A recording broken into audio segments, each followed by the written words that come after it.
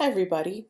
This is a tutorial on how to write an artist statement for your mask project. If we had our final exams, this would be part of our portfolio. But we're going to go ahead and just make this an assignment. So I'm going to go through and talk about the requirements for the mask artist statement writing for Ceramics 1. This is broken down into 3 paragraphs. And they're really kind of 3 separate paragraphs.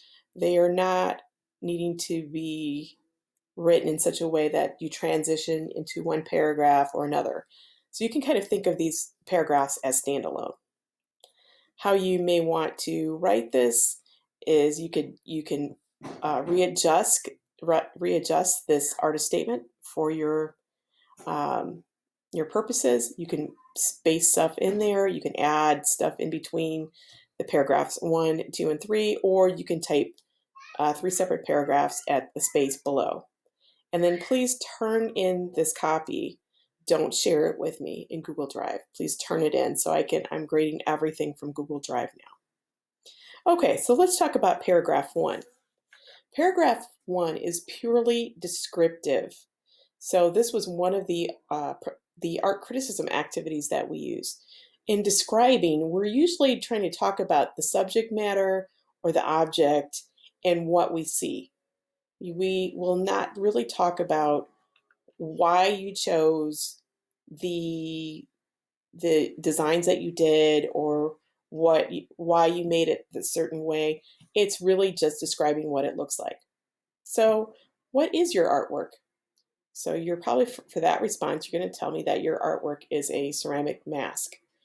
Describe your artwork with both art elements and principles of design. Be descriptive. Don't take shortcuts. Describe the location of these designs on your artwork. That is usually the best thing you can do. So remember, these are not decorative techniques. This is not incising, excising, piercing, applique, and stamping. Though you can describe where the art elements are, but this is just art elements and principles of design. You'll see those in those 2 boxes. Please use at least 3 art elements and 3 principles of design of your choice. So paragraph 1, purely descriptive, just like we did for art criticism. Paragraph 2 is really sort of reflecting upon your process in your build. So for paragraph 2, it says, please reflect upon your processes from your sketches through execution and building. The answers of everything and nothing will not be accepted for this response. So I would like you to elaborate on your answers. Letter A. Did your project turn out exactly as you expected? So essentially, did it look just like the sketch that you started with, your master sketch? Yes or no? And then please explain your theory on why it did come out as expected or it didn't come out as expected. And please explain that theory why. Letter B. What would you do similarly or differently for the next working hypothetical, or if you get to work in ceramics again, what would you do differently or the same? And again, very importantly, why? So even if you think you did really well in your project, and I feel the same way about my projects, sometimes I really like them, but if I had to do it differently in some way, what would that be? And why would I do that? For paragraph 3, we did this mask and it really just was about creating symbols that represented who you are and then looking at cultures. So if we're thinking about the symbols that represent who you are, how would those symbols change in the future? So what might be different about your mask symbols if you were to do this project again in 20 years in the future? Sometimes when I read responses for this, people are like, well, I'd probably be better because I have more time to practice, but that's not what I'm looking for. How would you be different 20 years into the future? how would you have similarities to who you are right now?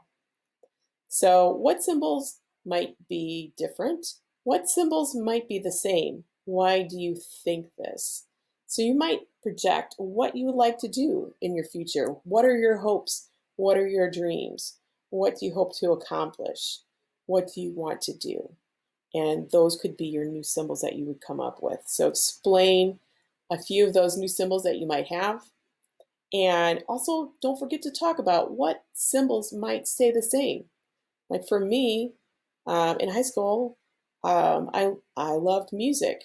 That really hasn't changed in over 20 years. So, um, sometimes there are core things that never change about us. So please write about those as well.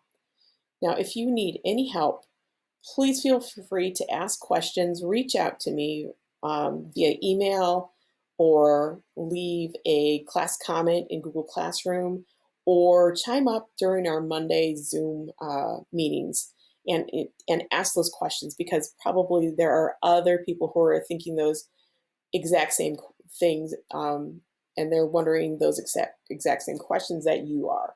So please feel free to ask those questions during our Zoom conferences.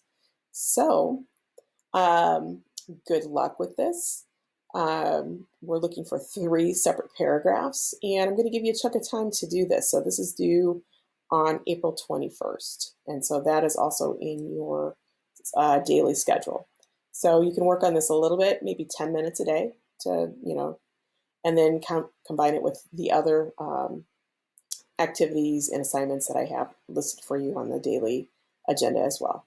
So good luck with your writing, and if you need more help, just reach out. Thanks. Bye.